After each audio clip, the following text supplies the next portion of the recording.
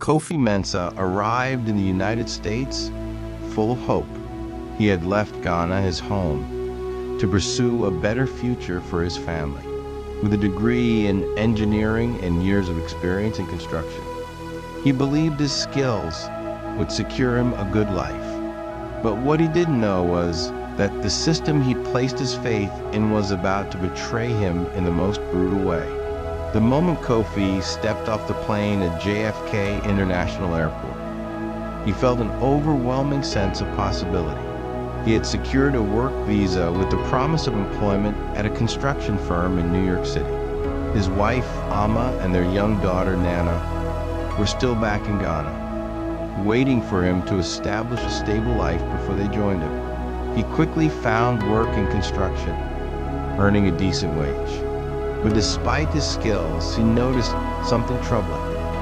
He was often overlooked for promotions, and his paycheck never seemed to match what his American colleagues earned. When he questioned it, he was told it was a miscalculation. When it happened again, he realized it was something else: discrimination. One evening, Kofi received a mysterious call from a supervisor, Richard Hall. "Come to the site after hours," Richard instructed. "There's something I need to discuss." The site was eerily quiet when Kofi arrived. The skeletal structure of the new building loomed against the night sky, shadows stretching like claws. As he stepped inside, he sensed something was off. Tools lay scattered, as if abandoned in a hurry. Richard appeared from the shadows. "There's been an incident, Kofi. Someone messed up, and the boss needs someone to take the fall." Kofi's blood ran cold.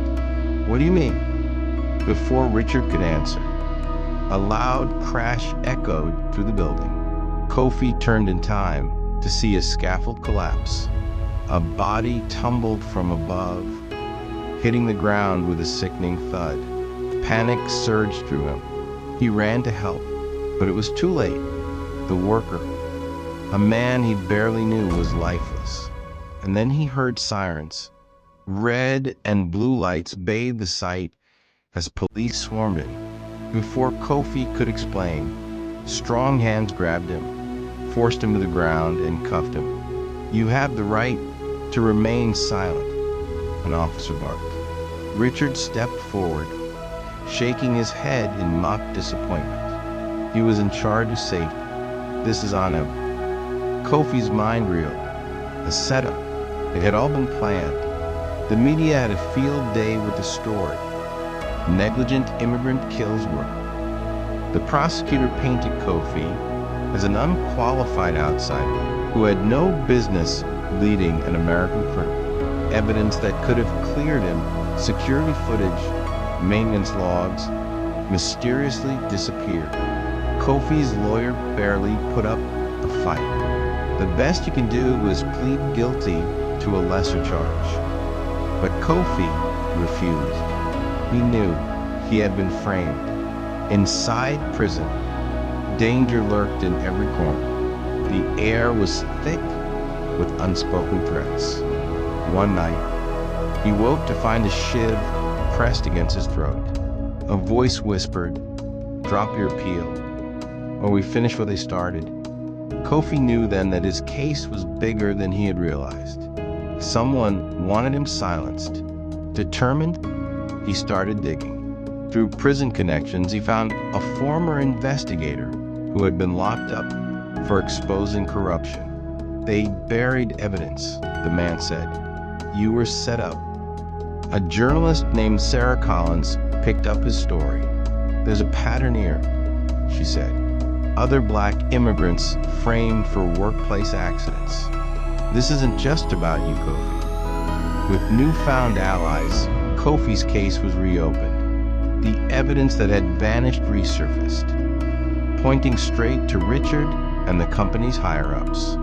They had cut corners on safety, and when the accident happened, they needed a scapegoat.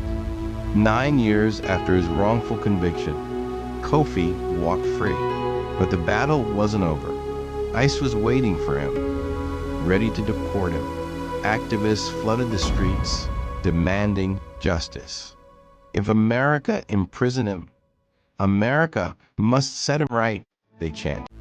After months of legal battles, Kofi was granted a special visa, but his faith in the American dream was shattered. Kofi returned to Ghana, greeted by Ama and Nana.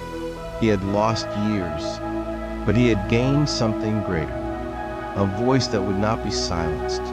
His story became a movement, exposing the dark underbelly of corporate greed and racial injustice. And though he had left, his fight for justice had only begun.